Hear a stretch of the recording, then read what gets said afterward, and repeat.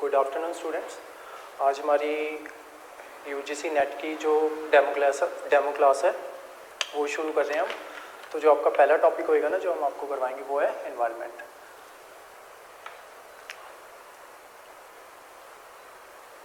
जो हमारी कल बात हुई थी ना, हमने कहा था कि हम इकोलॉजी से शुरू करेंगे। उसके बाद ना मैंने वो देखा, उसमें एनवायरनमेंट ऑर्गेनाइजेशंस हैं। वैसे ना इस पे इतने क्वेश्चंस आते नहीं है, पर अगर ये नहीं ना करवाएंगे वो जो उससे नेक्स्ट वाला ना वो लिंक नहीं बन पाता, तो इसलिए ये करवाना ज़रूरी है। तो आपने ऐसे करना। अच्छा, पहले तो आप हमेशा कॉपी में बनाते रहे नोट्स। इसमें पिन वाला पेज है, कोशिश करो ना वो निकाल लो। मैं आपको बताता हूँ नोट्स बनाने कैसे हैं।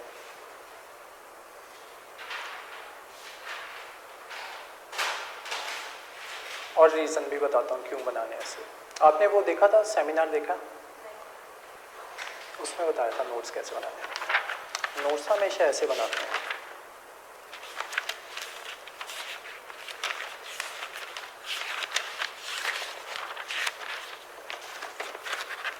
सेंटर में ना ऐसे लाइन खींच लेते हैं, ठीक है। इस साइड पे लिखते हैं और इस साइड को खाली रहने देते हैं। मान लो आगे जैसे कुछ भी करंट में आता है ना, तो वो इस साइड लिखना होता है, तो ऐसे बनाते हैं। और दूसरी साइड में मतलब सारे पेजेस आप सारे नोट्स ऐसे ही बनाना। आप जा सकते हो।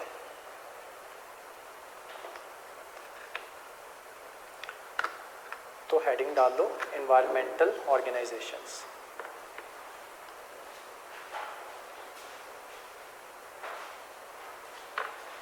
मैंने 2 दिन की क्लास प्रिपेयर की है, मतलब प्रॉपर यूपीएससी के अकॉर्डिंग 4 दिन की क्लास है। आपके अकॉर्डिंग मैंने जो नहीं करवाने वाला है ना नोट आपको, वो ऐसे मैंने कर लिया हुआ है, मतलब कट डाउन उसको कर लिया हुआ है। तो इसमें ना शुरुआत इसकी ऐसी होती है कि जो हमें पढ़ने वाला है ना वो है यूएनसीईडी। मैं बताता जाऊँगा जो जो लिखना है। उसमें क्या होता है कि यूनाइटेड नेशन, इसकी जो फुल फॉर्म होती है वो होती है United Nation Conference on Environment and Development. बीच में ना हमें वो आएगा सस्टेनेबल डेवलपमेंट आएगा, और जो हमारे जो गोल है ना MDG मिलेनियम डेवलपमेंट गोल और SDG सस्टेनेबल डेवलपमेंट गोल। अब उनको समझने के लिए ये सस्टेनेबल डेवलपमेंट समझना पड़ता है। अब वो बनी कहाँ से थी? वो बनी थी यूएनसीईडी से। अब वो ऑर्गेनाइजेशन ना पीछे 2-3 स्टेप्स और हैं, तो वहाँ से आती है। तो इसी वजह से वो जो लेक्चर ख़राब ना हो, इस वजह से आपको समझा रहा हूँ। जहाँ से आपको सवाल नहीं आएंगे ना वो मैं बताता जाऊँगा, ठीक है। अब ना ये ना समझने के लिए ना एक छोटा सा फ्लो चार्ट बना लेना। दोनों ऑर्गेनाइजेशंस थी, एक थी WMO, मेरी राइटिंग बहुत गंदी है, ठीक है। एक थी WMO और दूसरी थी UNEP। ये बना लो फ्लो चार्ट। मैं कोशिश करूँगा आपको कम ही लिखवाऊँ, ये ऐसी बनाओ, फिर मैं बताता हूँ। WMO प्लस UNEP, इनकी फुल फॉर्म लिख लो नीचे। वर्ल्ड मीटियोलॉजिकल, हाँ स्पेलिंग मैं बता देता हूँ, METEROLOGICAL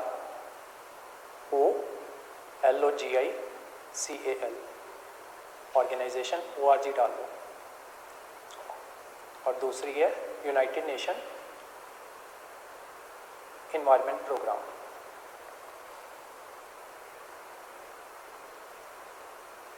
ये क्या करते हैं, ये दोनों मिलके ना 1988 में एक वो बनाते हैं, एक ऑर्गेनाइजेशन बनाते हैं, पैनल बनाते हैं, inter governmental IPCC।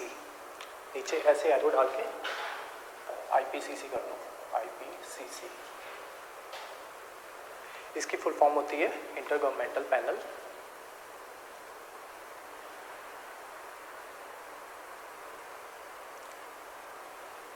On climate change. अब ये कि इसका काम ये था कि ये हर साल ना अपनी एनुअल रिपोर्ट निकालता था, ठीक है।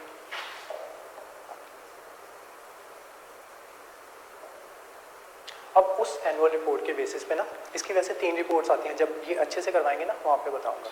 इसकी ना 3 रिपोर्ट्स आती हैं। उनमें से एक जो एनुअल रिपोर्ट थी ना, उसने क्या बोला कि हमें ना इन्वायरमेंट के लिए कुछ ना कुछ करना पड़ेगा, कि क्लाइमेट चेंज ज़्यादा ख़राब हो रहा था। तो उसने एक रिपोर्ट निकाली, और उस रिपोर्ट की वजह से ना हमें ये एक वो क्या कहते हैं, एक ऑर्गेनाइजेशन बनानी पड़ी, वो थी UNCED। यहाँ पे लिख लो UNCED। ये असल में प्रोग्राम था एक।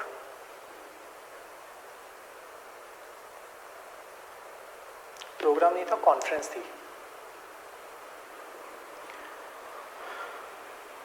इसका नाम, इसकी फुल फॉर्म लिख लो, United Nation Conference on Environment and development.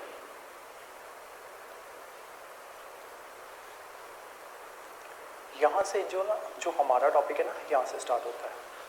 तो जो इन्होंने ना किस किस पे बनाई थी, एक तो एनवायरनमेंट पे थी और दूसरी थी डेवलपमेंट पे। तो ये डेवलपमेंट पे जो इन्होंने बनाई ना, ये इनकी जो दो रिपोर्ट्स थी, ये थी सस्टेनेबल डेवलपमेंट पे और दूसरी थी क्लाइमेट चेंज पे। ठीक है, तो जब अब जो ये रिपोर्ट दी ना, इसकी वजह से हमें एक और ऑर्गेनाइजेशन बनानी पड़ी, वो थी UNFCCC। सॉरी, डबल सी है, ट्रिपल सी नहीं है, UNFCCC। बना लो। वैसे तो मैं ये रिकॉर्डिंग ना आपको सेंड भी कर दूंगा, आप ना ऐसे नोट्स बना लेना। वैसे अभी भी नोट्स बनाते हो, नोट्स बना लेना। जब आपका पेपर आने वाला होगा ना, तो मैं जो आपको क्लासेस सेंड करूंगा ना, आप 2x स्पीड पे उसको देखते रहना। आपको ये ध्यान में रहेगा कि इम्पॉर्टेंट चीज़, मतलब किस चीज़ पे ज़्यादा जोर देना है। जो यहाँ से है ना, यहाँ से आपका इम्पॉर्टेंट पार्ट शुरू होता है। ये जो हम पढ़ते हैं ना, क्योटो प्रोटोकॉल, सुना है? वो दूसरा प्रोटोकॉल होता है। क्योटो प्रोटोकॉल सुना है? नहीं सुना? इम्पॉर्टेंट है, ध्यान रखना। जब कराऊंगा ना, तब भी अच्छे से बनाना उसके नोट्स। तो जो क्योटो प्रोटोकॉल आता है ना, वो इसी की वजह से आया था।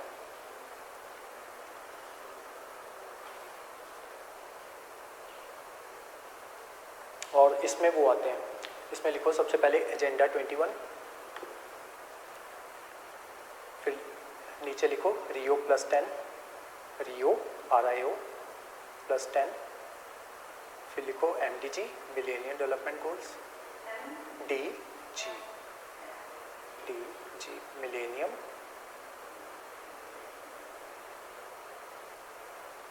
Development goals. उसके बाद लिखो रियो +20, नेक्स्ट, हाँ रियो +20, RIO रियो 20, रियो डी जेनेरो वाला ना, ये वो वाला रियो है। उसके बाद पेज कैपिटल में PAGE। उसके बाद लिखो सस्टेनेबल डेवलपमेंट गोल्स। ये इम्पॉर्टेंट है और ये पूछ लेते हैं। ये 17 गोल्स है और इसमें 169 टारगेट्स हैं, तो ये अच्छे से करवाएंगे। ये नेक्स्ट में अच्छे से करवाऊंगा इसके नोट्स। अब ना इधर आ जाओ, नेक्स्ट पेज आ जाओ। उसमें हाँ, पेज छोड़ दो, पेज नेक्स्ट पेज पे आ जाओ। नोट्स ना हमेशा खुले खुले बनाना। जब टाइट नोट्स बनाते हो ना, एक तो उसमें ऐड नहीं कर पाते कुछ, और मैं ऐड करने का रीज़न भी बताऊंगा। कई बार ऐड करना पड़ जाता है। जैसे ना आज हम कर रहे हैं ना, तो आज मैं आपको इंटरनेशनल ऑर्गेनाइजेशन ही कराऊंगा। तो उसके अलावा ना इंडिया ने बहुत से स्टेप्स लिए हैं, जैसे क्लाइमेट चेंज को मिटिगेट करने के लिए या सस्टेनेबल डेवलपमेंट के लिए, या फिर जो हमारी जितनी भी पॉलिसीज़ बनती हैं ना कि पॉवर्टी को रिमूव करना है। जो हमारे सस्टेनेबल डेवलपमेंट गोल्स हैं, उसमें हमारा पहला गोल ही यही है कि पॉवर्टी को ख़त्म करना है, इरेडिकेट करना है। तो जो भी हमारे गवर्नमेंट जो भी पॉलिसीज़ बनाती है, वो इसी अकॉर्डिंग बनाती है कि किसी ना किसी तरीके से पॉवर्टी को मिटिगेट किया जा सके। अब जो आपका सिलेबस है ना, उसमें इंक्लूडेड है कि एक तो जो वर्ल्ड लेवल पे जो जो चल रहे हैं ये सस्टेनेबल डेवलपमेंट गोल्स को अचीव करने के लिए जो जो प्रोग्राम्स चल रहे हैं, उसके अलावा इंडिया भी चला रहा है। तो हमारे जो इंडिया चला रहा है ना, वो हमारे इसके लिए एक तो सिलेबस के लिए और अदरवाइज़ भी हमारे लिए खुद ब खुद इम्पॉर्टेंट हो जाता है। तो उसकी ना जो रिपोर्ट आनी है ना, वो अगर तो आ गई, अभी चल रहा है मार्च अप्रैल चल रहा है ना, मई या जून में आ जाएगी। तो मैं कोशिश करूँगा कि आपको नए वाले लिखवाऊँ। अगर नहीं आते तो मैं उस टाइम पे ना आपको पुराने वाले जो पिछले ईयर के ना, वो वाले करवा दूंगा। इसलिए मैं आपसे जगह छुड़वा रहा हूँ, ठीक है। अब नेक्स्ट पेज पे लिखो इसके बारे में। ये जो हमारी ऑर्गेनाइजेशन थी ना, वर्ल्ड मीटरोलॉजिकल ऑर्गेनाइजेशन,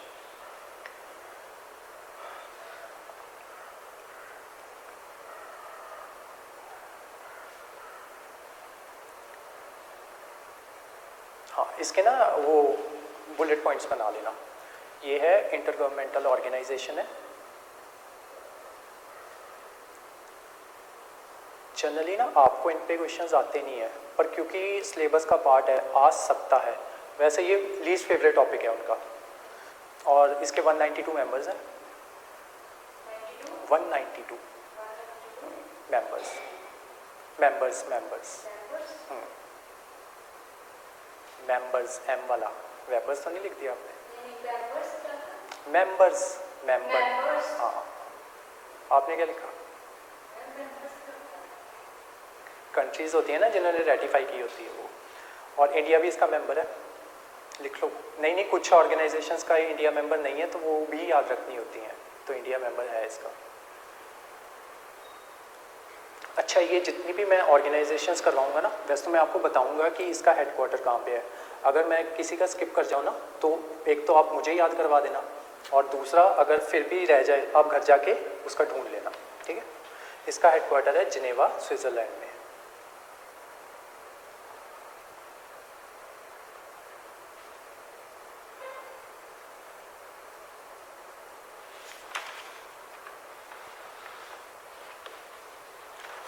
अब आ जाओ, बहुत सारी जगह छोड़ के ना, पेज के हाफ के बाद, हाँ यहाँ पे शुरू हो जाओ। और जो हमारी नेक्स्ट ऑर्गेनाइजेशन है वो है UNEP, United Nation Environment programme.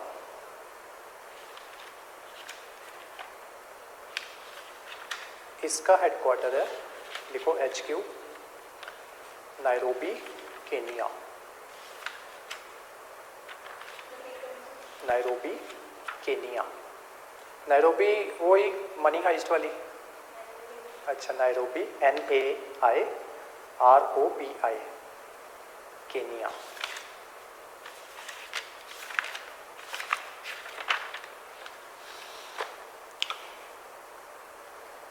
ये ना एक्टिंग और फंडिंग एजेंसी की तरह काम करती है। डेवलपिंग कंट्रीज होती है ना, उनके लिए फंडिंग का काम करती है ये यूनाइटेड नेशन एनवायरनमेंट प्रोग्राम, और एज ए इम्प्लीमेंटिंग एजेंसी काम करती है।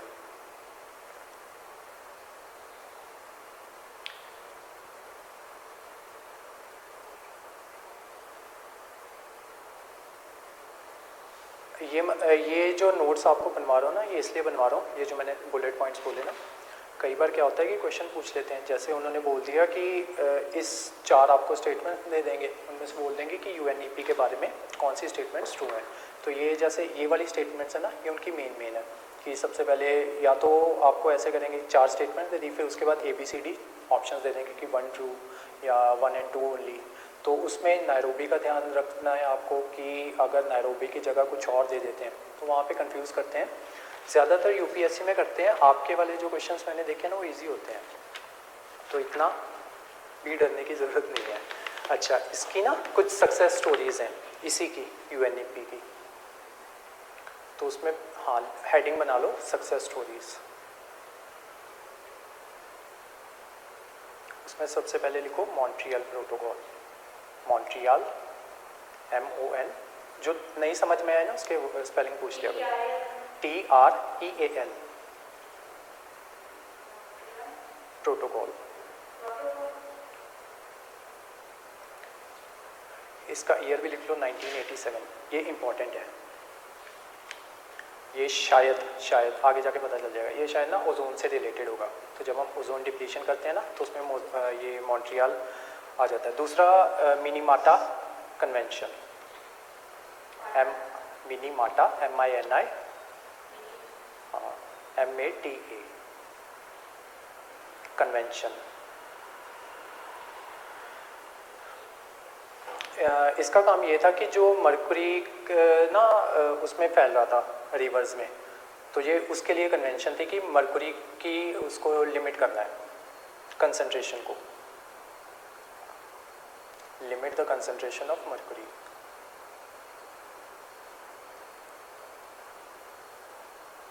ये आया था 2012 में।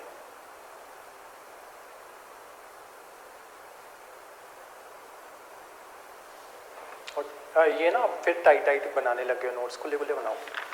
जितना पेजेस की टेंशन मतलब खुल, ये देखो मेरे ना ये एक दिन के नोट्स हैं ये, और इतने सारे हैं, और इसमें 3 पेजेस आज मैंने इंक्लूड किए हैं। ये आपका ये फ्लो चार्ट बनवाना था ना, उसके लिए खुले खुले बनाओ। टाइट नोट्स की ये प्रॉब्लम रहती है, एक तो जब पढ़ने बैठते हैं ना, वो एक तो खुद को समझ नहीं आता। खुले खुले नोट्स बनाओगे ना, एक और तरीका बताऊंगा अभी आगे जाके, अभी क्योंकि ये इंपॉर्टेंट नहीं है ना, मैं कुछ चीज़ें ना आपको सर्कल करवाऊंगा और अंडरलाइन भी करवाऊंगा, तो वो जब खुले खुले बनाओगे ना तो ईजिली दिख जाता है, रिवाइज करने ईजी रहते हैं। अच्छा, ये ना अपनी रिपोर्ट्स निकालते हैं ये UNEP। अब लिख लो आगे, हेडिंग बना लो रिपोर्ट। एक इसकी रिपोर्ट होती है इमिशन गैप रिपोर्ट, इमिशन हाँ गैप रिपोर्ट।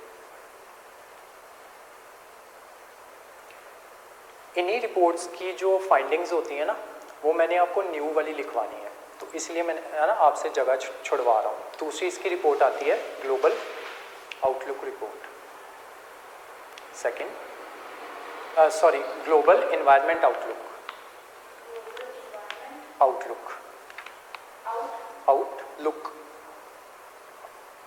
इसकी जो 6th रिपोर्ट आई थी ना, वो 2019 मार्च में आई थी, और क्योंकि इन रिपोर्ट्स के ना टाइटल होते हैं अलग से, वो टाइटल्स कई बार पूछ लेते हैं। अब जब न्यू रिपोर्ट आएगी तो हर रिपोर्ट का नया टाइटल होता है, तो इसी वजह से मैं वो ना पॉइंट्स आपको लिखवा नहीं रहा, और इसी वजह से आपसे जगह छुड़वा रहा हूँ।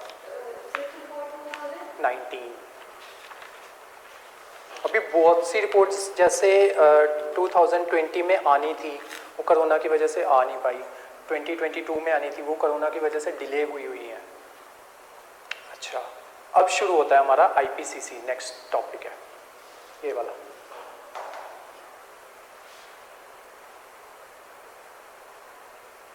IPCC हाँ बहुत है।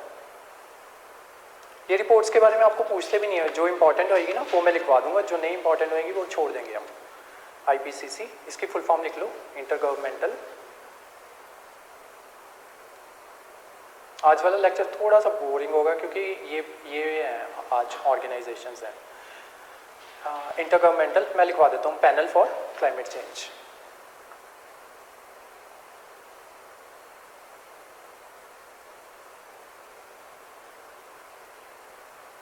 ये किन्होंने बनाया था? इन दोनों ने। कब बना है? 1988। अच्छा, इसके जो हेडक्वार्टर्स हैं वो लिखो, जिनेवा। HQ लिख लिया करो, Geneva Switzerland.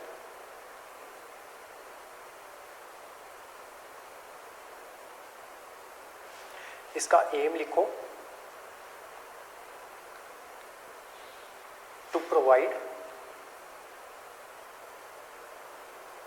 The government of world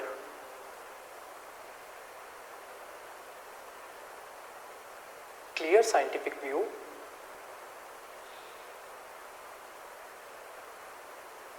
related to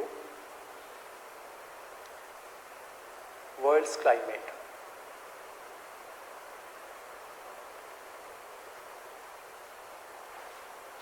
इसकी जो मेंबरशिप है ना वो सबके लिए ओपन है, मतलब जो भी UN के मेंबर्स हैं ना, उनमें से कोई भी इनका मेंबर बन सकता है।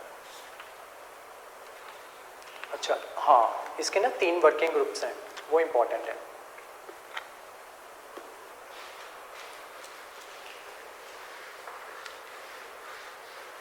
एक है वर्किंग ग्रुप 1, वो ना हाँ नेक्स्ट पेज पे आ जाओ।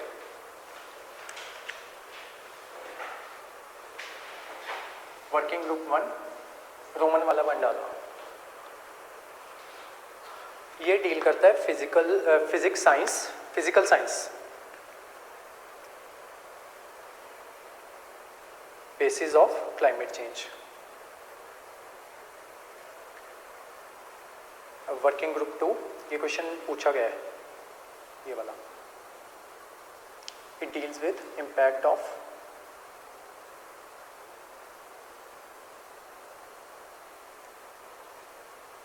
climate change। Working group 3, it deals with mitigation of climate change।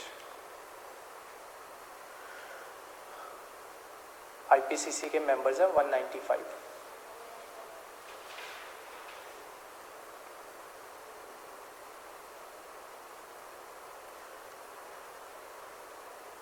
इसकी जो 6th असेसमेंट रिपोर्ट आनी थी वो आनी थी 2022 में, असेसमेंट रिपोर्ट। इस रिपोर्ट में कुछ नहीं होगा, मैं बता देता हूँ क्या होगा इसमें। इसमें वो बोलेंगे कि जो हमारे जो वो लेवल्स हैं ना, इंक्रीजिंग टेम्परेचर लेवल, वो 1.5 से नीचे करो, तो अब बोलेंगे 1 डिग्री से नीचे करो, तो यही होगा उस रिपोर्ट में। जब आएगी तब लिखवाएंगे। इसके पॉइंट्स इंपॉर्टेंट है, जैसे ये वाली रिपोर्ट होती है ना, ये इंपॉर्टेंट होती है। अगर ये इस साल आ जाती है आपके पेपर से पहले पहले, फिर उस पर पक्का क्वेश्चन आएगा, क्योंकि ये बहुत इंपॉर्टेंट है रिपोर्ट ये वाली। अच्छा, ये ना 3 रिपोर्ट्स देता है आईपीसीसी, लिख लो, reports of IPCC.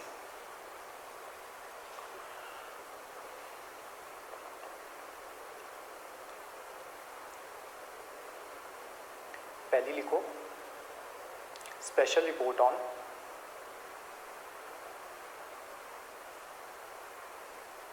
Ocean cryosphere, CRYO, sphere SPHERE, इसको ना इनसर्कल करो।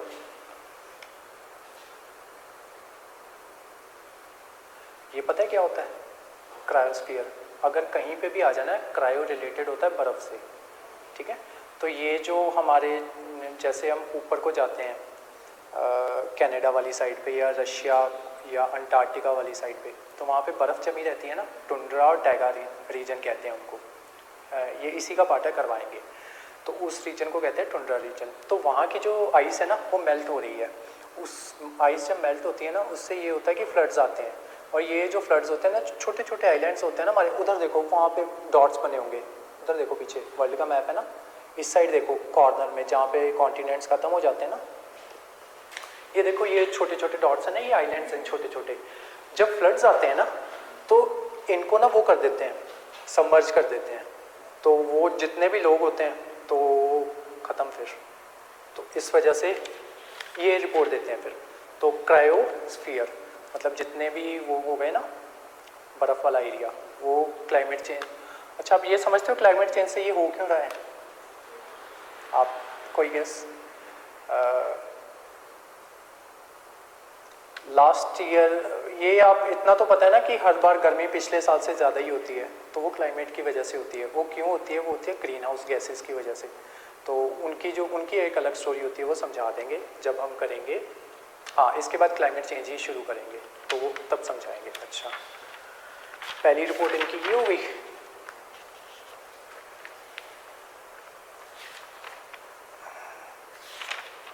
अच्छा, दूसरी लिखो special report of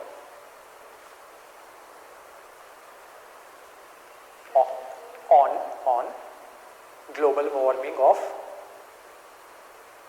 1.5 degree Celsius। Third लिखो स्पेशल रिपोर्ट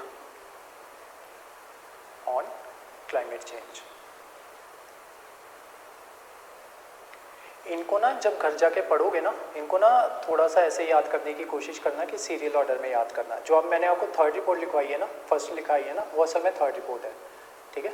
उसको थर्ड कर दो चाहे तो नंबरिंग में। हाँ, तो अब ना इसकी वो बनाने की कोशिश करना क्रोनोलॉजी, कि सबसे पहले ग्लोबल वार्मिंग हो रही है, उसकी वजह से क्लाइमेट चेंज हो रहा है, क्लाइमेट चेंज की वजह से क्रायोस्फीयर पे इफेक्ट हो रहा है, ठीक है।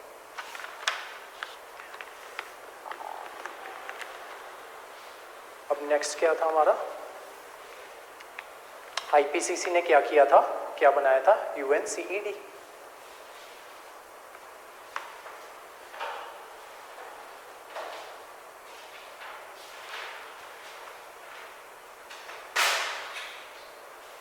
कोई बात नहीं, कल ना ऐसे करना, पेजेस ही लेके आना। कोई ना इस पे मत बनाओ, इसको कहीं और यूज़ कर लेना, आराम से काटो, कोई बात नहीं, हम क्लास लंबी खींच लेंगे। आज आपकी दूसरी क्लास भी लगनी है। हाँ,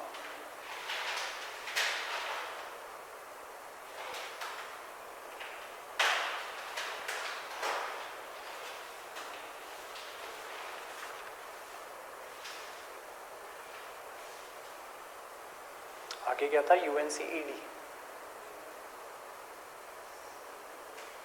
डी, इसकी फुल फॉर्म थी United Nation Conference on environment, environment को ENV लिख लिया करो, एंड डेवलपमेंट। जब IPCC ने अपनी रिपोर्ट दी ना, तो उन्होंने बोला कि जो UN था उन्होंने डिसाइड किया कि अब अगर ये बढ़ रहा है, हमारा क्लाइमेट चेंज इतना ज़्यादा हो रहा है, तो उसको मिटिगेट करने के लिए हमें कुछ ना कुछ स्टेप्स उठाने पड़ेंगे। तो वो जो स्टेप्स उठाए थे उनमें ये सबसे पहले था कि एक ना वो समिट करते हैं 1992 में, उसको ना अलग अलग नामों से जाना जाता है। यही नाम UNCED को अर्थ समिट भी कहते हैं, लिख लो अर्थ समिट। एक और नाम है इसका रियो समिट, RIO।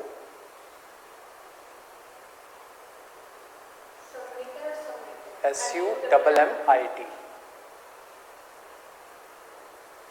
एक और नाम है इसका रियो कॉन्फ्रेंस। और ये हुआ कहाँ होगा? नहीं, रियो डी जनेरो। हाँ, लिख लो held at Rio, RIO DED JANERO 1992 में जून में हुआ था। 1992 ही इम्पोर्टेंट है, ठीक है। इसमें क्या कहते हैं कि जो इनका ऑब्जेक्टिव था वो लिखो, to stabilise green house gases.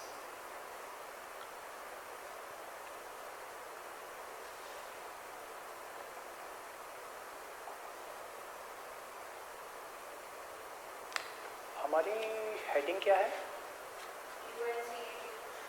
ठीक है।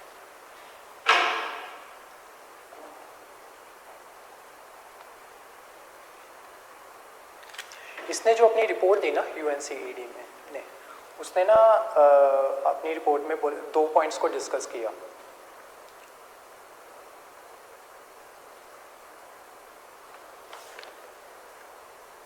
सबसे पहला वही जो मैंने फ्लो चार्ट में बनवाया था, एक तो क्लाइमेट चेंज था, दूसरा सस्टेनेबल डेवलपमेंट।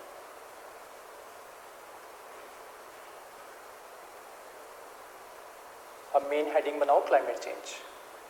नीचे नीचे और नीचे चले जाओ, हाँ यहाँ बना लो।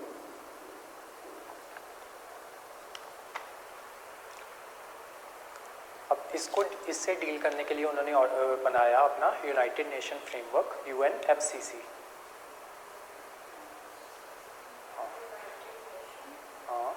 Framework on climate change. इसका objective to stabilise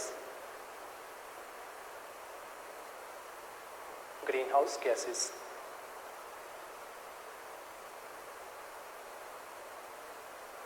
green house gases को ना GHG ब्रैकेट में डाल दो, आगे से हम GHG लिखेंगे, ठीक है। इसको स्टार मार्क कर लो, इसके ऑब्जेक्टिव को। अच्छा, ये शुरू हुआ था 1992 में, 92, और फोर्स में आया था 1994 में।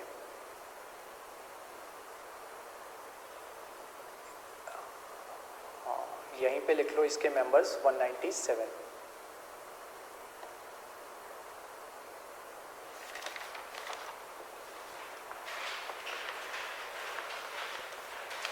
इसके हेडक्वार्टर्स लिखो,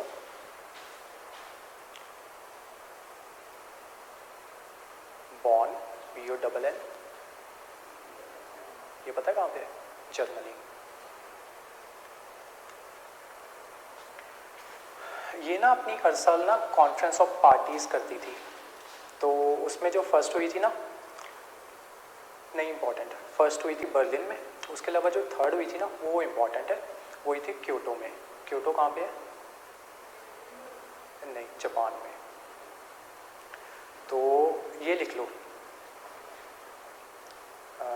इसके लिखो conference of parties.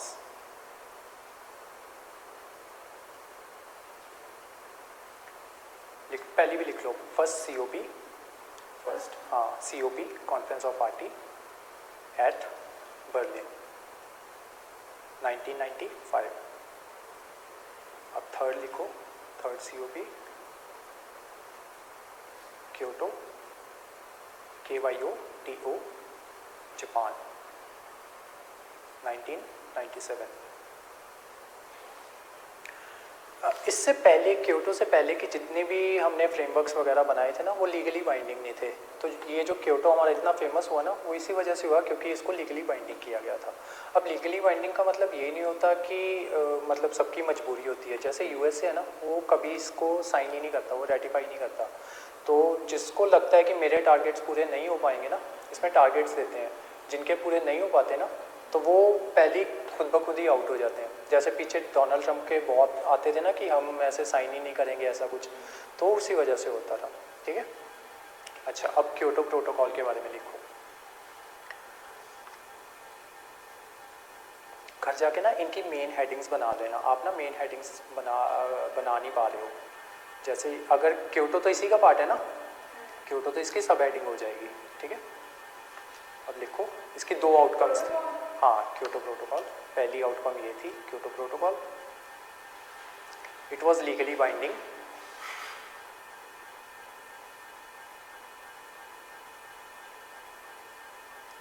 For developed countries. इसको ना दो फेजेस में लाया गया था। जो पहला फेज था ना, उसमें जो डेवलपिंग कंट्रीज थी ना, उनको कहते हैं कि आपके लिए लीगली बाइंडिंग नहीं है। जो डेवलप्ड कंट्रीज़ हैं उनको बोला कि आपके लिए लीगली बाइंडिंग है। Legally binding for developed countries to reduce green house gases emission.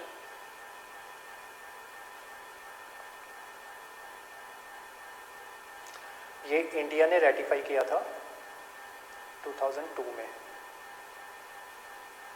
मतलब अब इंडिया इसका मेंबर है।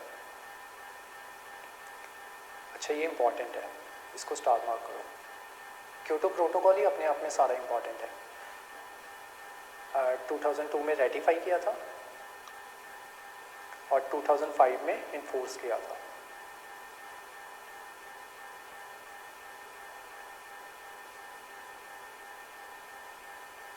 अभी इसके 192 मेंबर्स हैं।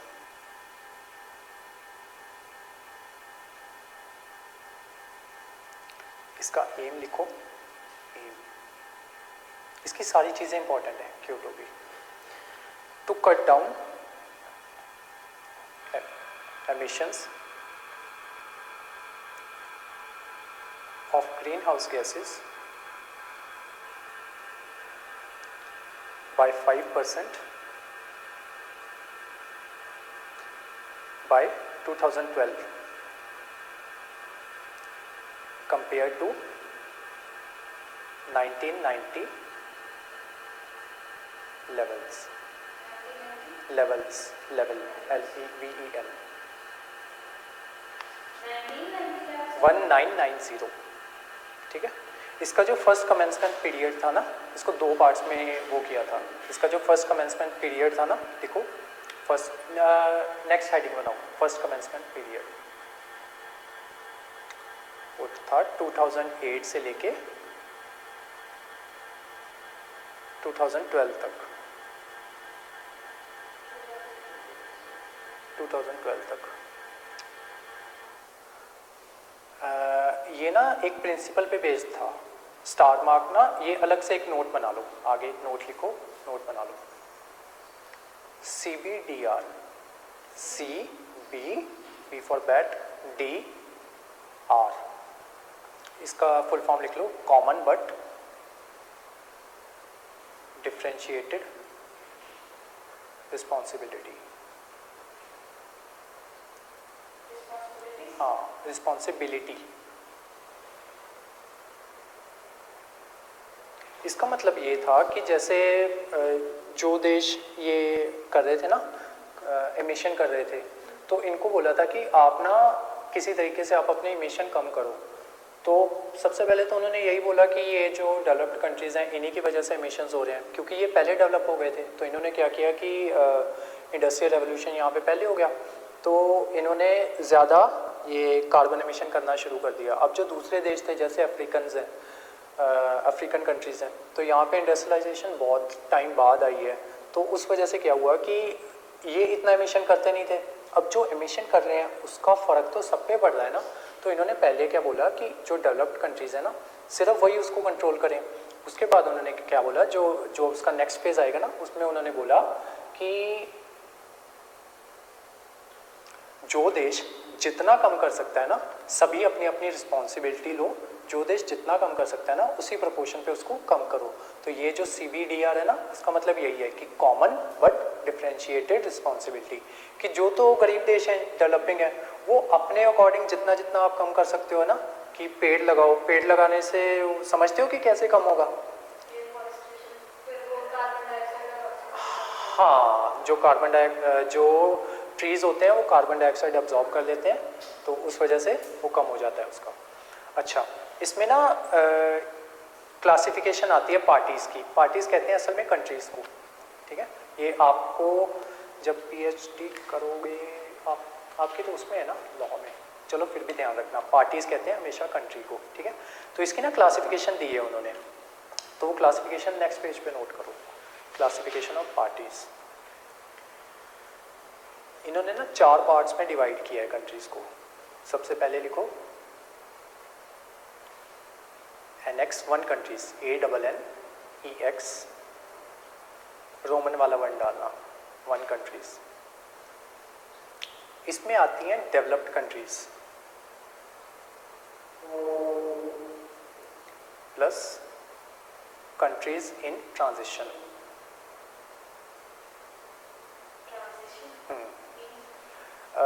कंट्रीज़ इन ट्रांजिशन वो कंट्रीज़ होती हैं जैसे जब World War I हुई ना या World War II हुई, तो जो सारा यूरोप था, सिर्फ उसको छोड़ दो आप इंग्लैंड को, तो जो सारा यूरोप था ना ऑलमोस्ट सारा तबाह हो गया था। तो जो इनको ना दोबारा से अपनी इकॉनमी को खड़ा करने के लिए इनको ना ये ऑर्गेनाइजेशंस थी ना, इन्होंने की थी मदद। तो ये जो फ्रांस वगैरह हो गया, ऊपर की ना स्वीडन और उनको भी छोड़ दो, तो ये फ्रांस हो गया, स्पेन हो गया, यूरोपियंस की जो नॉर्मल बाकी कंट्रीज़ है ना, वो सारी कंट्रीज़ इन ट्रांजिशन है।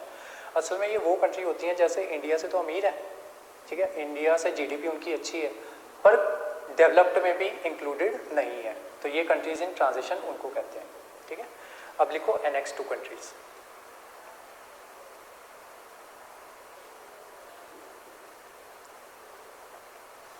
इसमें आती हैं developed countries that are required to provide financial support to economies in transition. Economies in transition. In reducing GHG emissions. G greenhouse gases emission. अब लिखो Annex B countries.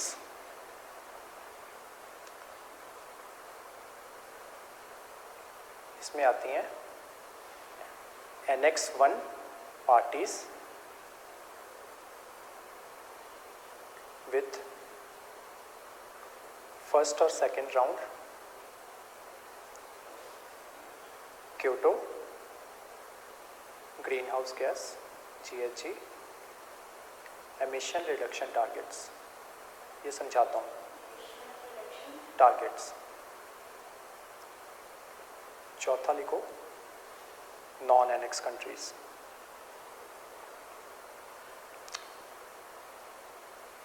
countries not listed in Annex 1।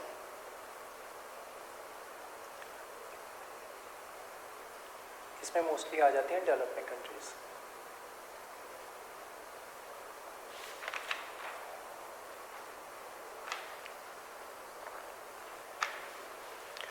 अब ना आगे एक topic बनाओ Kyoto mechanism.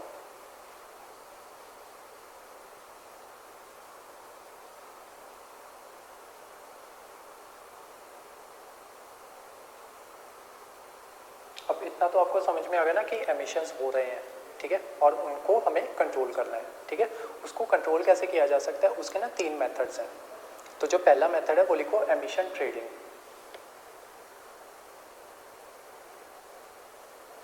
Trading, trading TRA। अब ना ये मैं आपको समझाने जा रहा हूँ, अगर लिखने की ज़रूरत होगी ना तो मुझे बता देना। इसमें क्या होता था कि जैसे कोई कंट्री है ना, तो ये क्योटो प्रोटोकॉल क्या करता था कि उनको कह देता कि मान लो आप 100 टन्स ऑफ कार्बन डाइऑक्साइड एक साल में एमिट कर सकते हो। तो उस कंट्री ने क्या किया, मान लो कि 130 टन ना कार्बन एमिट कर दिया, तो जो उसका 30 था ना वो एक्सीड कर गया उनके लिमिट से। तो इन्होंने ये इसमें ट्रेडिंग मैकेनिज्म दिया कि आप ऐसे करो, जैसे कुछ कंट्रीज़ है ना कि वो कम एमिट करती हैं, मान लो कोई कंट्री है कि वो 70 ही एमिट करती है, तो उसके पास 3 सरप्लस है ना, तो जो दूसरी कंट्री है ना डेवलपिंग कंट्री, उसको ये उन्होंने कह दिया कि आप ऐसे करो, आपके पास 30 सरप्लस में है ना, तो आप जो जिस कंट्री को लैग कर रहा है ना जो, उससे आप ना उसको वो दे दो, क्रेडिट दे दो आप, कार्बन क्रेडिट कहते हैं इसको, ठीक है। ये आगे जाके ना कार्बन क्रेडिट की मैं आपको डेफिनेशन लिखवाऊंगा, ये इंपॉर्टेंट है कार्बन क्रेडिट। तो ये था एमिशन ट्रेडिंग। अब लिखना है इसको, लिख लो, any country which have surplus unit can sell their surplus to the country not meeting their target.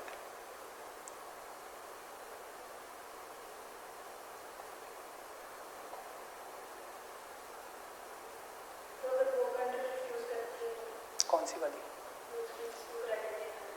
उसको तो पैसे मिलेंगे इसके, वो रिफ्यूज़ करती ही नहीं। मतलब ये सरप्लस उन्हीं के पास होगा ना जो ऑलरेडी गरीब होगा, और वो पैसे को कौन टुकराता है, ठीक है। चलो नेक्स्ट लिखो, जॉइंट इम्प्लीमेंटेशन। ये इसका सेकंड मैकेनिज्म है, इम्प्लीमेंटेशन।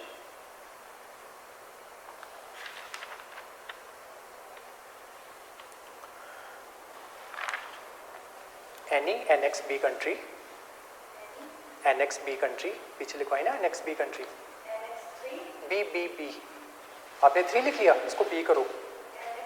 हाँ, बी फॉर बैट, हाँ वो बी है।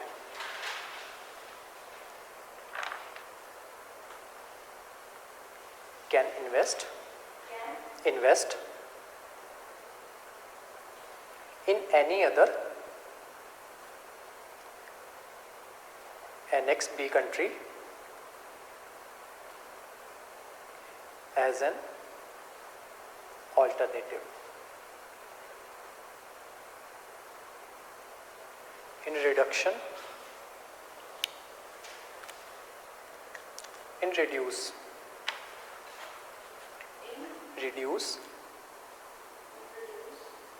emission domestically।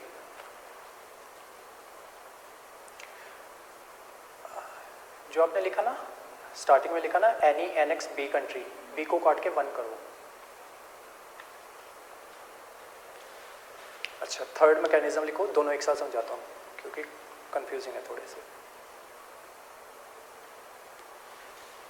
थर्ड मैकेनिज्म है clean development mechanism, clean development mechanism.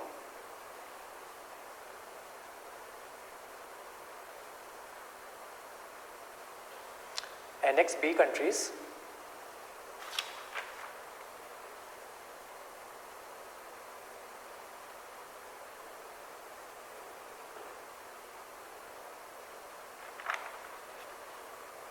can meet their domestic emission reduction targets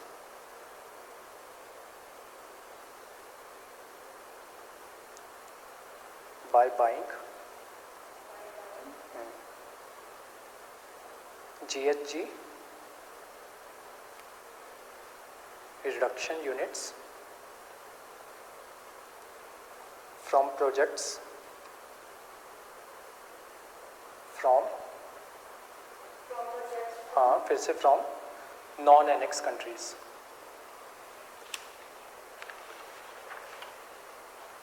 जहाँ पे 1 किया था ना वहाँ पे फिर BOE कर दो, अब पीछे जाके देखो एनेक्स बी कंट्रीज कौन सी हैं। सबसे पहले ये रिवाइज करते हैं एक बार, एनेक्स 1 कंट्रीज कौन सी हैं? हाँ, ट्रांजिशन कंट्री। एनेक्स 2 कौन सी हैं? हाँ, financial and technical support. Technical support.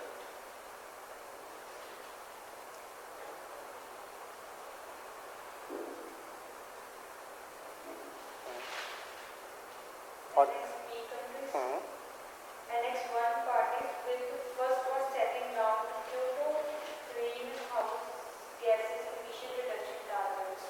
ये समझ आया कौन सी हुई? देखो जो तो 1 हुई ना वो तो डेवलप्ड वाली हो गई, ठीक है, और उसके साथ कंट्रीज इन ट्रांजिशन हो गई, ठीक है। जो एनेक्स 2 होगी वो कौन सी हो गई?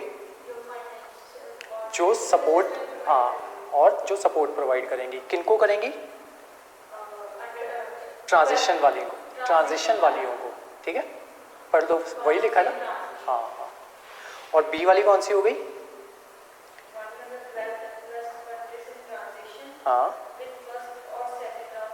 हाँ, जो इसके जो जिन्होंने टारगेट्स पूरे कर लिए थे ना, एनेक्स 1 वालों ने, जिन्होंने राउंड 1 और राउंड 2 के टारगेट्स कंप्लीट कर लिए थे ना। राउंड 1 जो पीछे वाला था जिसमें उन्होंने, अच्छा राउंड वो लिखवा ही नहीं मैंने आपको राउंड,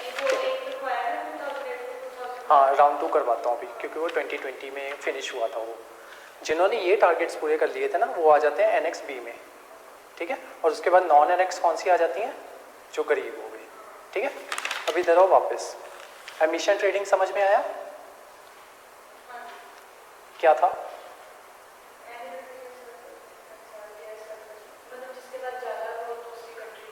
दे सकता है, ठीक है।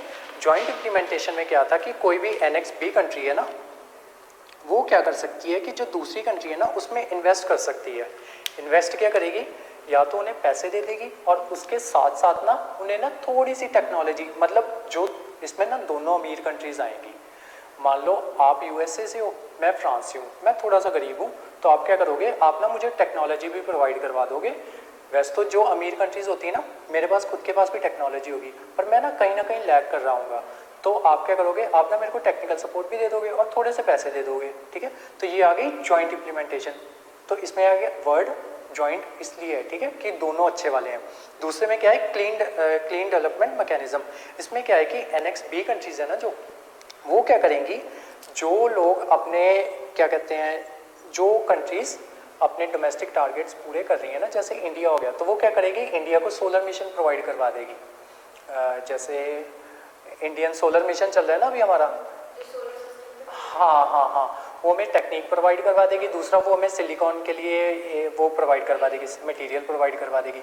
तो उससे क्या होगा कि हमारा रिडक्शन जो है वो और डिक्रीज़ हो जाएंगे और हमारे पास और सरप्लस आ जाएगा। उसका फ़ायदा उनको भी हो जाएगा, हम उनको और सरप्लस दे सकते हैं, और जो उन्होंने हमारा डिक्रीज़ करवाया होगा उसके उनको फिर से पॉइंट्स मिल जाएंगे, ठीक है। ये डिफरेंस था। अब जो इसका सेकेंड फेज था ना, वो लिख लो। सेकेंड राउंड उसकी 2013 टू 2020। अब लिखो राउंड 2 की वो बनाओ, हेडिंग बनाओ। दोहा का पता कहाँ पे है? दोहा कैपिटल है ये, कतर की। कतर पता है कहाँ पे है? हाँ कतर, ठीक है। उसके पास है, मशरूम की तरह ना लटक रहा है। उधर देखो सऊदी अरेबिया में, सऊदी अरेबिया दिख रहा है? हाँ, उसके पास ना मशरूम की तरह लटक रहा होगा, हाँ वो कतर है।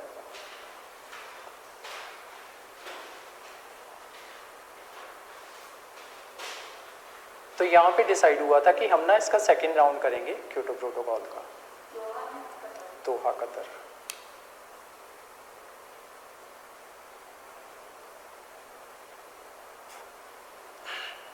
इन्होंने बोला कि पहले तो उन्हीं को बोला था जो डेवलप्ड कंट्रीज थी कि आप कम करो।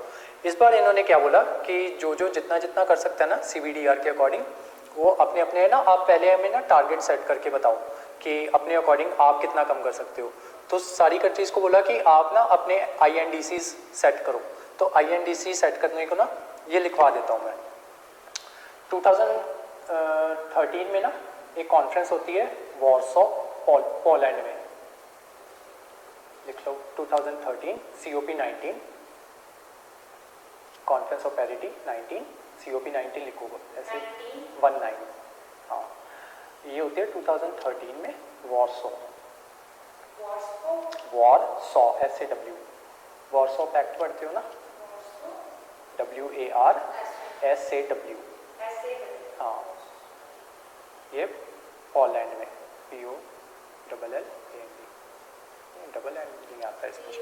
हाँ हाँ, तो इसमें ना एक टर्म कॉइन हुई INDC, intended DC, intended nationally determined contributions, contribution. इन्होंने सबको बोला कि आप ना अपने अपने टारगेट्स हमें सेट करके बताओ कि आप कितना कम कर सकते हो। तो उसके अकॉर्डिंग जो इंडिया ने अपने टारगेट सेट किए थे ना, ये ना शॉर्ट नोट्स में लिखना, लिखो इंडिया INDC। इन्होंने बोला कि हम ना अपना रिड्यूस करेंगे हमने अपने एमिशन 33 से 35% तक।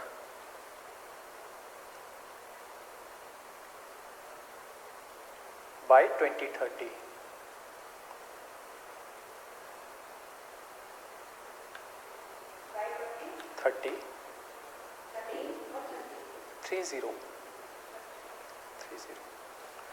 कंपेयर टू 2005 के लेवल्स के कंपैरिजन में हम इतना कम करेंगे, मतलब जितने 2005 में था ना जो लेवल, उससे कम लेके आएंगे 30 to 35%, 33 to 35। हाँ। दूसरा इन्होंने बोला कि हम अपना जो नॉन फॉसिल फ्यूल पे जो हम इलेक्ट्रिसिटी बनाते हैं ना,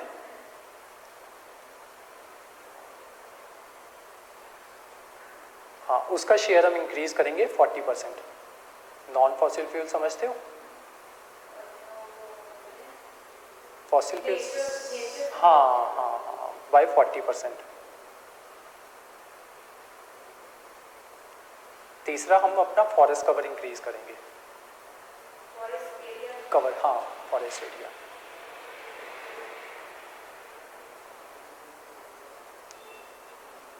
ताकि हम 2.5 से 3 बिलियन टन्स ऑफ कार्बन को एब्जॉर्ब कर सकें। To absorb 2.5 to 3 billion ton of carbon dioxide by 2030। ये सारा हमारा, अब फर्स्ट वाला चार्ट खोलो, जो सबसे पहले चार्ट बनवाया था ना, जो चार्ट आपने बनाया वो बनाया, कॉपी में बनाया आपने। हाँ, तो ये हमारा हो गया UNFCCC, ठीक है। अब उस साइड चलते हैं, सस्टेनेबल डेवलपमेंट पे, ठीक है। इसकी 2 आउटकम्स थी ना, तो पहली वाली हमने कर लिया क्लियर, अब हम सेकेंड वाली कर रहे हैं। तो इसमें सस्टेनेबल डेवलपमेंट में सबसे पहले आता है एजेंडा 21।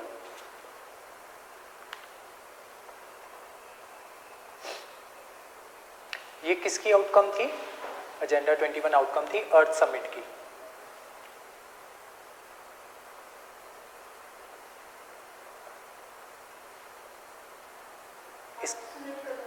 हाँ, लिखवाया था ना मैंने आपको, अर्थ समिट, अर्थ कॉन्फ्रेंस, रियो कॉन्फ्रेंस, है ना, 1992। हाँ,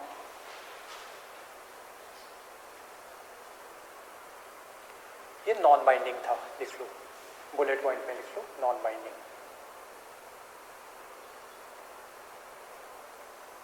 इसका जो 21 है ना, 21 रेफर्स करता है 21st सेंचुरी को, लिख लो वो भी।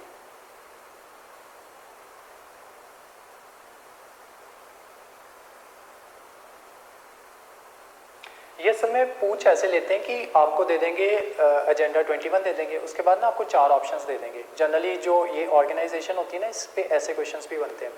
जैसे बायोडाइवर्सिटी पे ना एक वो बनती है ऑर्गेनाइजेशन, CBD करके बनती है, उसकी फुल फॉर्म नहीं मुझे आ रही, तो वो पूछ लेते हैं कि बायोडाइवर्सिटी, लिख देते हैं कि बायोडाइवर्सिटी से रिलेटेड कौन सी हो, या तो कॉन्फ्रेंस बनेगी CBDT या कुछ CBD, या C से कुछ होएगा, कन्वेंशन ऑन बायोडाइवर्सिटी। हाँ, तो वो पूछ लेंगे कि बायोडाइवर्सिटी से रिलेटेड अब कौन सी कन्वेंशन हो सकती है, तो एक CBD दे देंगे, उसके अलावा क्योटो दे देंगे, मॉन्ट्रियल दे देंगे, ऐसे करके दे देंगे।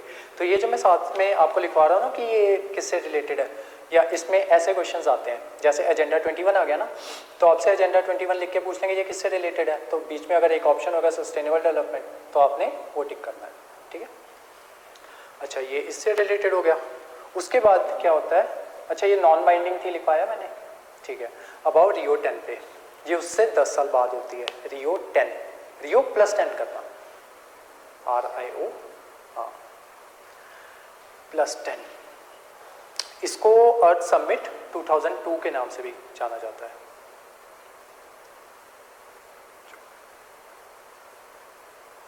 ये हुई थी जोहान्सबर्ग, JOHANASBERG।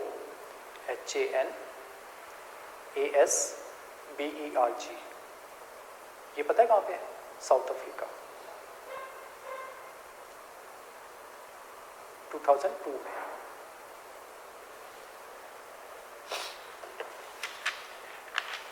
इसने क्या किया कि इसने ना हमें मिलेनियम डेवलपमेंट गोल्स दिए। वो गोल्स ऐसे थे कि हमने ना 15 साल में 15 साल की उसकी ड्यूरेशन दी, तो उनको बोला कि आपको ना 15 साल में ये गोल्स ना अचीव करने हैं। तो जो आपका प्रॉपर सिलेबस है ना, उसमें ये सारे ना गोल्स दिए हुए हैं, और आपसे सवाल पूछ लेते हैं कि आपको कोई भी 4 गोल्स दे देंगे, उनमें से बोल देंगे कि इनमें से कौन सा डेवलपमेंट गोल नहीं है, तो आपको उसको टिक करना होता है, ठीक है। इसमें ऐसे सवाल आते हैं। तो ये ना मैं आपको 8 लिखवा रहा हूँ, 8 के 8 ना लर्न कर लेना, ठीक है। तो लिखो मिलेनियम डेवलपमेंट गोल्स। ज़्यादा सवाल अगर आना होगा ना तो सस्टेनेबल डेवलपमेंट गोल से आएगा, तो इसको पढ़ जाना, इम्पॉर्टेंट मैं मार्क करवाऊंगा वो वाला होगा, ठीक है। चलो 2000, हाँ मिलेनियम डेवलपमेंट गोल्स, इसका टाइम पीरियड लिख लो 2000 से लेके 2015 तक।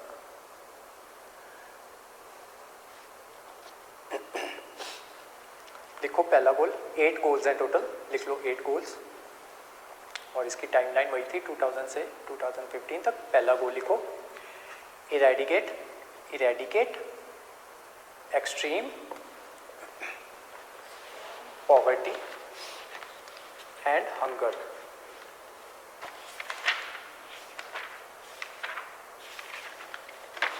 दूसरा गोल लिखो, अचीव यूनिवर्सल प्राइमरी एजुकेशन।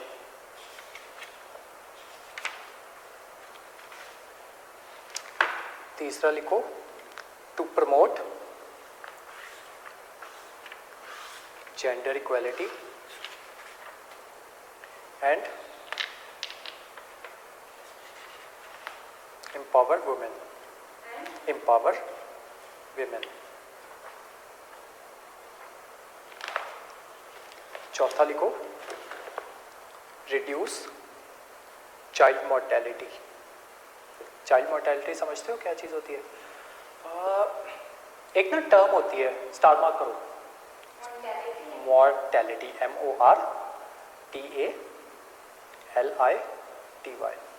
एक ना टर्म होती है मोर्टेलिटी रेट।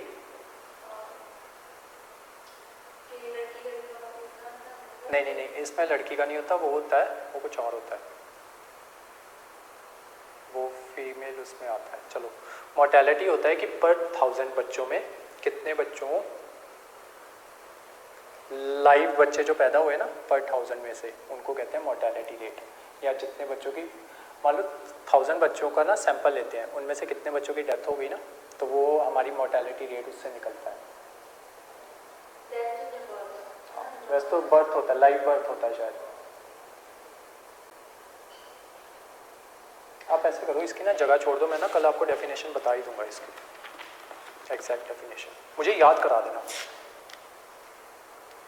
कि मोर्टेलिटी रेट किसे कहते हैं। अच्छा, आगे लिखो, इम्प्रूव मैटरनल हेल्थ। ये गोल समझ आ रहे हैं आपको? हाँ, जो ना है ना वो पूछ लेना, जैसे ये वाला था ना मोर्टेलिटी वाला। मैटरनल हेल्थ समझते हो? हाँ, तो उसके बाद लिखो combat, 6th goal combat HIV, AIDS, malaria and other disease. 7th लिखो, ये बुक है ना आपके पास UGC वाली, नहीं खरीदी तो खरीदो, खरीद लेना, ठीक है। 7th लिखो इंश्योर इन्वायरमेंटल सस्टेनेबिलिटी।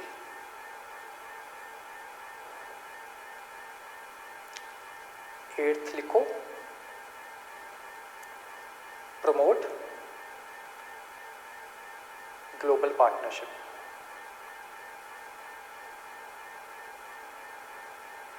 7th और 8th समझ आया? क्या हो सकता है आपके अकॉर्डिंग? ये जो हमारा टॉपिक है ना, इसकी सबसे अच्छी बात ये है कि इनके मीनिंग ना इनके वर्ड्स में ही होते हैं।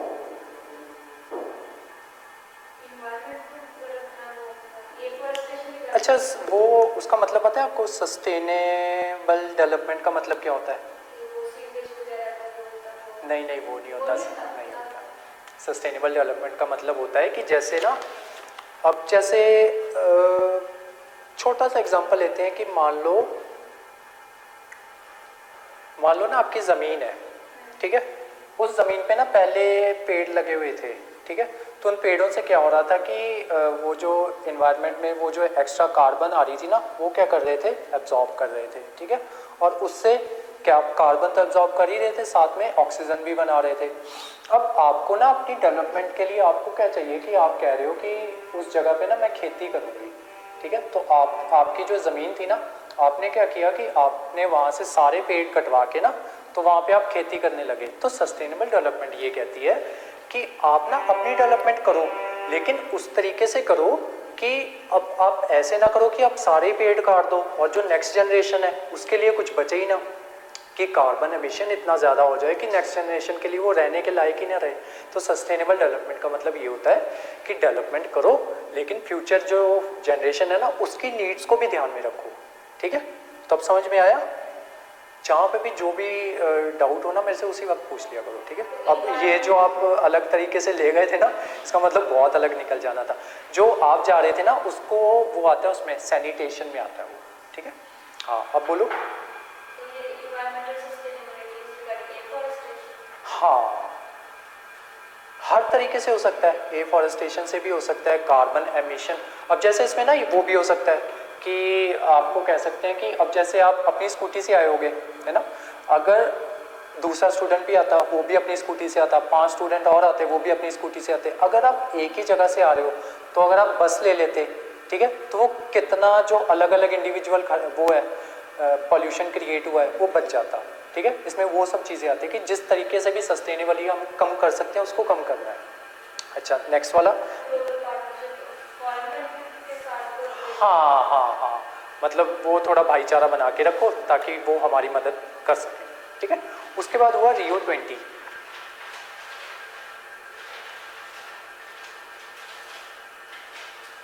अच्छा, ये जो गोल थे ना, ये बहुत जल्दी पूरे हो गए। तो हमने क्या किया कि रियो 20 हमने बनाया, और उसके बाद ना लिखो, पहले रियो 20 लिखो।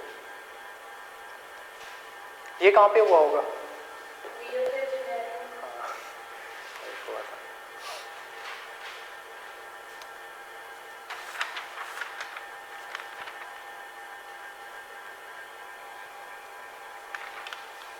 उसके बाद लिखो पेज, पार्टनरशिप फॉर 20। ये वाला हुआ था 2020 में, कल बताऊंगा। ये हुआ होगा 2012 में हुआ होगा ये, फिर भी मैं चेक कर लूँगा। हाँ, 2012 ही होगा, अभी कर देता हूँ।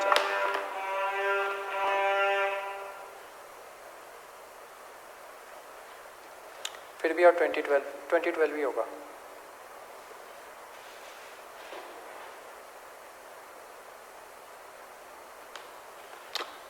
उसके बाद आप लिखो पेज, देख देता हूँ, नेट नहीं चल रहा,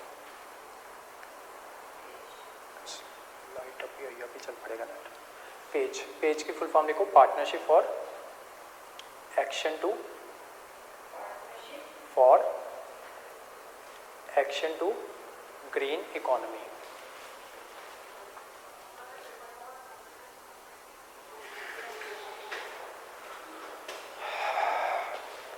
ये लॉन्च हुआ था 2013 में।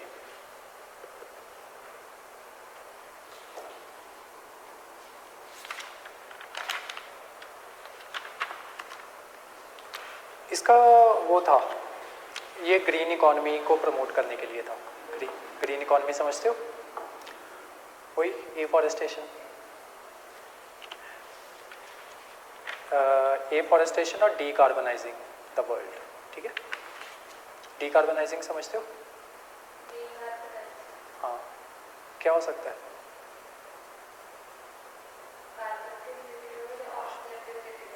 हाँ, क्या हो सकता है? ऑक्सीजन नहीं कम करेंगे, कार्बन। हाँ हाँ हाँ। उसके बाद लिखो सस्टेनेबल डेवलपमेंट गोल्स।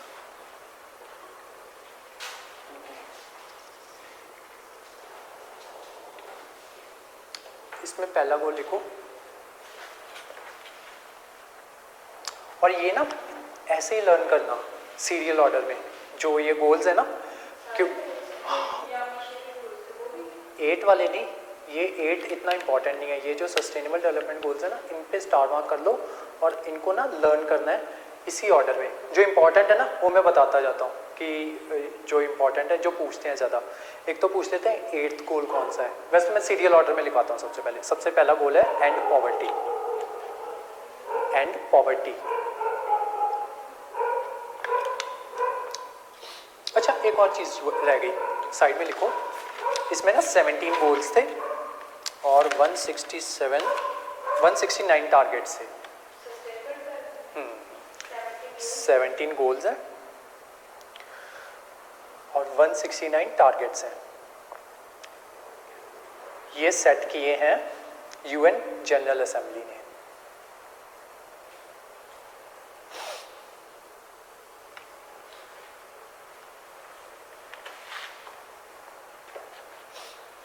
अच्छा, इसमें पहला गोल लिखो, एंड पॉवर्टी लिख लिया। अब यही गोल हमारा मिलेनियम वाला था ना, उसमें और इसमें डिफरेंस पता है क्या है? देखो पीछे जाके डिफरेंस देखो क्या है।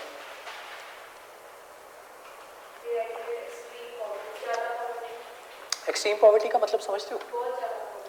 हाँ, एक्सट्रीम पॉवर्टी में 3 चीज़ें आती हैं, रोटी कपड़ा मकान, कि खाना मिले, कपड़ा मिले और मकान मिले। ये जो एंड पॉवर्टी इसमें है ना, इसने बोला कि हर फॉर्म की पॉवर्टी को रिमूव करना है। ठीक है, नेक्स्ट लिखो end hunger, second goal. Third goal लिखो ensure healthy lives and promote well being. चौथा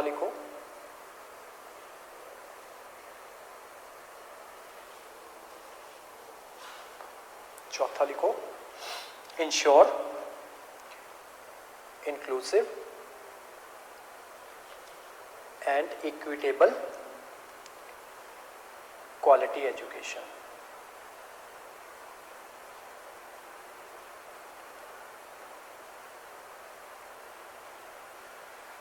पांचवा लिखो जेंडर इक्वालिटी।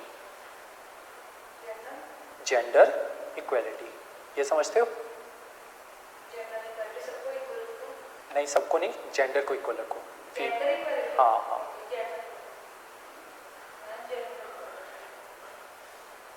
सिक्स लिखो इंश्योर अवेलेबिलिटी। बुक ना फिर खरीद लेना आप, हाँ, क्योंकि अगर बीच में मैं कुछ ऐसा बोल गया या आपको कुछ ऐसा समझ नहीं आया, ठीक है। Availability and sustainable management of water and sanitation for all. ये जो आप बोल रहे थे ना सैनिटेशन वाला, ये वो वाला है जिसको आप उससे कंफ्यूज कर गए थे ना सस्टेनेबल से, ये वो वाला। सेवंथ लिखो ensure access to ACCESS to affordable reliable, sustainable,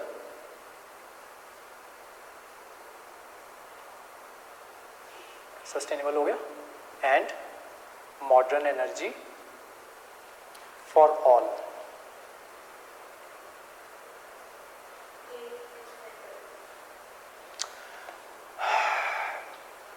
इसमें क्या होता है कि सबसे पहले वो कहते हैं कि एनर्जी सबको मिले, बिजली, बिजली, ठीक है, और वो अफोर्डेबल हो, ठीक है, और क्या है इसमें, रिलायबल हो, रिलायबल जैसे ऐसा नहीं हो कि बार बार लाइट चली जाए, ठीक है। उसके बाद सस्टेनेबल हो, सस्टेनेबल कैसे हो कि जैसे ऐसा ना हो कि आप बिजली तो पैदा कर रहे हो लेकिन आप कोयला जला के बिजली पैदा कर रहे हो, थर्मल पावर प्लांट्स होते हैं ना, तो कहते हैं कि सस्टेनेबल बनाओ उसको और मॉडर्न बनाओ, ठीक है। 8th लिखना है ना मैं, प्रमोट सस्टेन्ड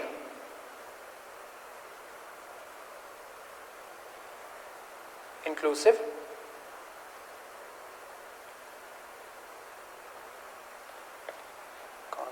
कहाँ पे हम, इंक्लूसिव, हाँ, and sustainable economic growth,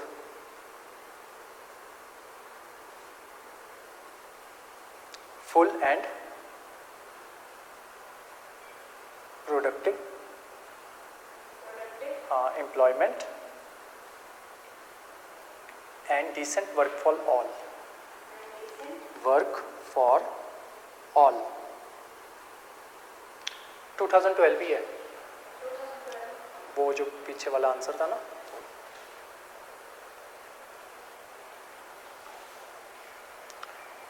ninth लिखो, build resilient infrastructure, resilient, RESILIENT, infrastructure,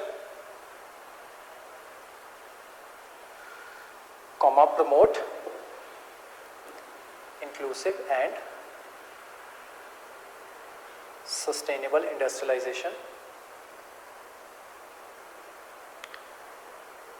and foster innovation,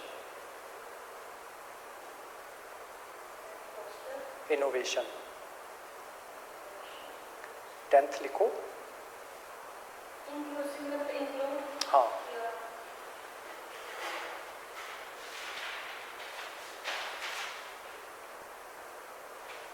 inclusive industrialisation का मतलब होता है कि सबको उसमें लेके आओ। जैसे अगर हर जगह पे इंडस्ट्रियलाइजेशन हो, ऐसा ना हो कि जैसे अब ना हमारे पंजाब में प्रॉब्लम ये है कि यहाँ पे ना इंडस्ट्री कम है। पंजाब में जो अनएम्प्लॉयमेंट की प्रॉब्लम है ना, वो इसी वजह से, क्योंकि पंजाब में इंडस्ट्री कम है। इंडस्ट्री कम होने का रीज़न पता है, क्योंकि बॉर्डर एरिया है, ठीक है। तो वो ये जो गोल है ना, वो ये कह रहा है कि जहाँ पे इंडस्ट्री नहीं भी है ना, तो आप वहाँ पे भी ऐसे रिफॉर्म्स लेके आओ कि वहाँ पे इंडस्ट्री बनाई जा सके, ठीक है। कौन सा वाला लिखना है अभी हमें, 10th ना, रिड्यूस इनइक्वालिटी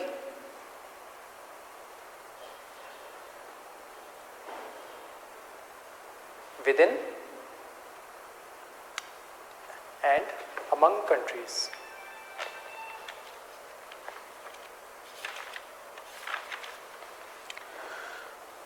इलेवेंथ लिखो, मेक सिटीज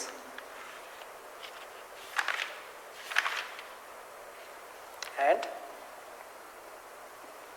ह्यूमन सेटलमेंट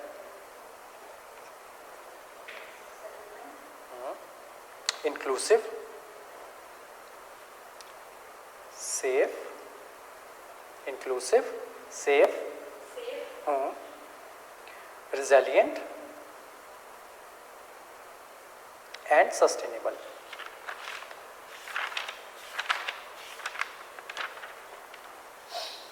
उसके बाद 12th लिखो, हाँ,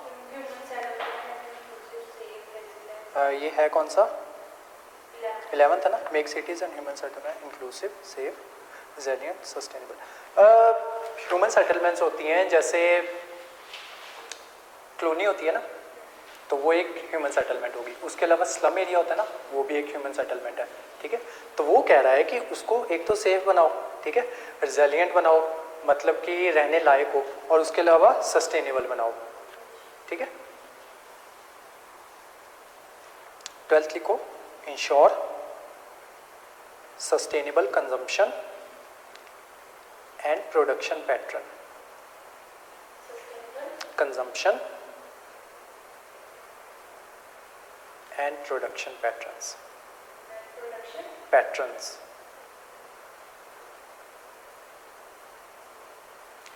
13th लिखो, take urgent action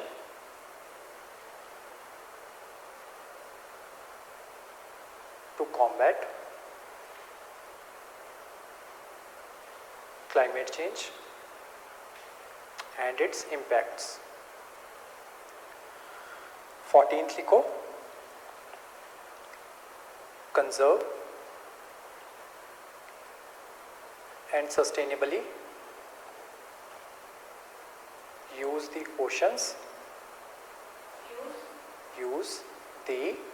oceans, seas and marine resources for sustainable development. 15th लिखो, protect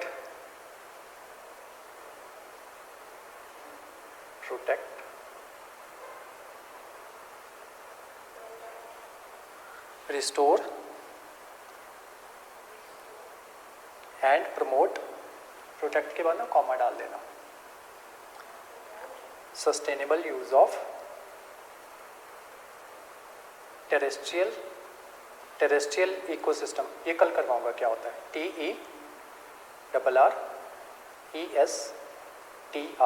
TERRESTRIAL ecosystem comma sustainably manage forest comma combat desertification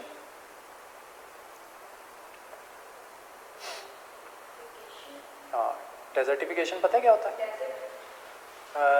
होता था desert ही है. डेजर्टिफिकेशन का मतलब होता है कि जैसे कई बार अखबारों में आता है ना कि पंजाब का पानी का लेवल नीचे जा रहा है और बहुत कुछ सालों बाद ये वो बन जाएगा, मरुस्थल बन जाएगा, डेजर्ट बन जाएगा. तो ये वो होता है, डेजर्टिफिकेशन होता है किसी चीज़ का डेजर्ट बनने की ओर बढ़ना.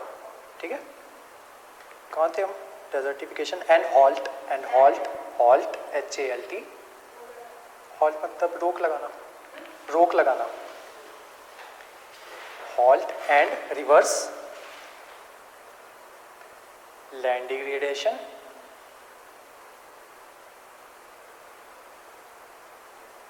and halt biodiversity loss. ये कल समझाऊंगा बायोडाइवर्सिटी लॉस क्या चीज़ होती है. 16th लिखो. 17. तभी मैंने पूछा था ना, अगर आपके पास बुक होती फिर मैं लिखवाता नहीं. Promote peaceful and inclusive societies for sustainable development,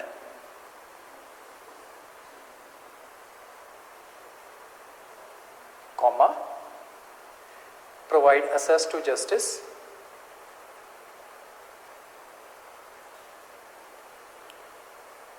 for all, comma and build build effective, comma accountable and inclusive institutions at all level.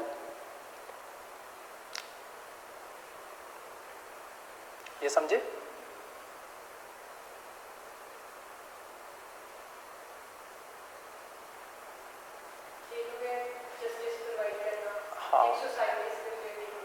नहीं, सोसाइटी से रिलेटेड नहीं हो गया, ये आपके लॉ से रिलेटेड था ना, इसलिए मैंने आपसे पूछा कि समझ आया. ये कह रहे हैं कि सबको जस्टिस प्रोवाइड करो. ठीक है, हाँ, और पीसफुल सोसाइटी रखो. 17th last. strengthen the means of implementation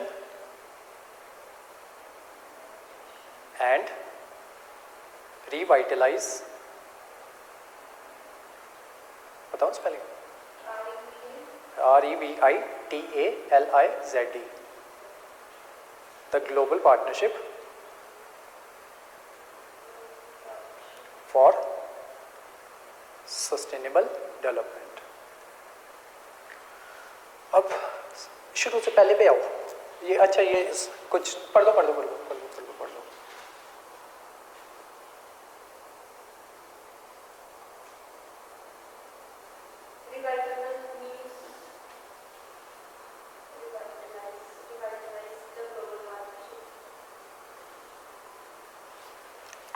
word का मतलब देखो, जितना मुझे लगता है ना इसका वो होएगा, रिवाइवल होएगा, इसका मतलब रिवाइवल से रिलेटेड होएगा।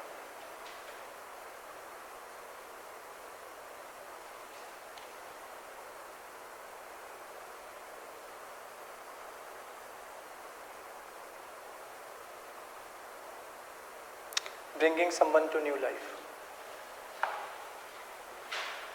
वही हो गया ना रिवाइव। अच्छा हाँ, स्टार्टिंग में आओ। अब ना इंपॉर्टेंट वाले बताता हूँ। पहला इंपॉर्टेंट है, स्टार मार्क करो।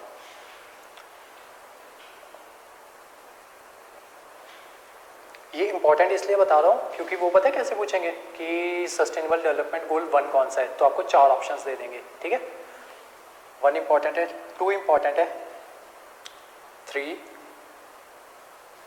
4th, 5th, 6th, 7th, उसके बाद 16th, 13th और 17th, 16th और 17th, ये इंपॉर्टेंट है।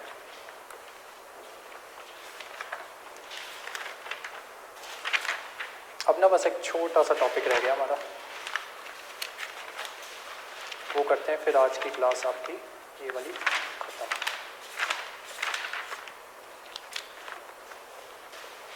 अब नेक्स्ट हेडिंग डालो, world wide fund for nature, fund for nature, WWF।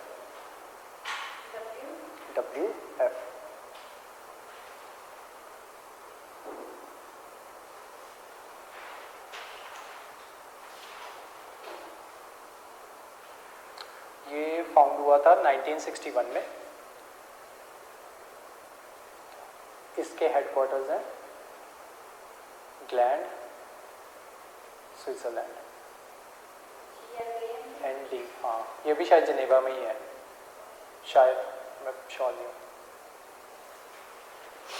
Switzerland. अच्छा, इसका ऑब्जेक्टिव लिखो। 3 ऑब्जेक्टिव हैं इसके। सबसे पहले, कंजर्व वर्ल्ड्स बायोलॉजिकल डाइवर्सिटी।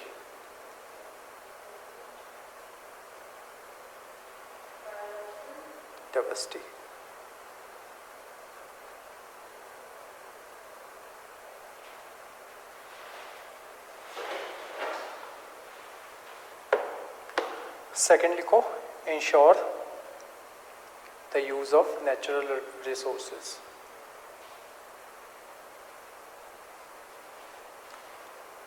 लिख लिया। थर्ड लिखो, प्रमोटिंग रिडक्शन ऑफ पॉल्यूशन।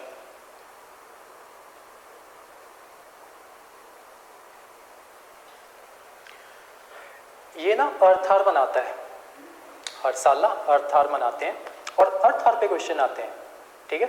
ये जो WWF मैंने करवाया ना, अर्थ आवर की वजह से करवाया। अगर आपको सवाल आना होगा ना तो अर्थ आवर पे आएगा, RHOUR। वो कहते हैं ना कि साल में एक दिन 1 घंटे के लिए लाइट बंद करनी होती है रात को 8:30 से 9:30 के बीच, नहीं सुना? करते हैं। चलो लिखवाता ही, लिखो अर्थ आवर।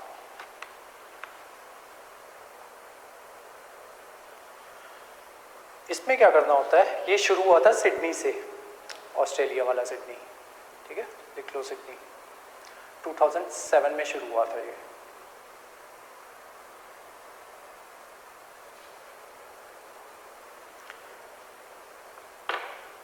180 कंट्रीज ना पार्ट लेती हैं इसमें।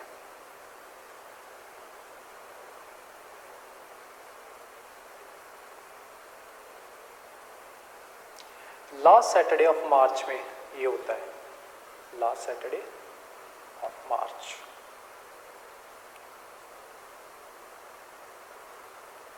एट 30 to 9:30 PM, 9:30, हाँ। और इसका ना हर साल का अलग अलग थीम होता है। तो आपका पेपर होना है जून में, है ना? तो 2022 का थीम लिखो, थीम, हाँ, हैशटैग शेप आवर फ्यूचर।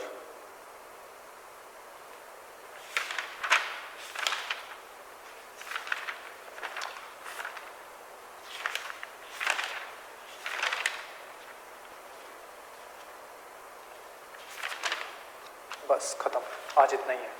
कलम करेंगे इकोसिस्टम और बायोडाइवर्सिटी, ठीक है?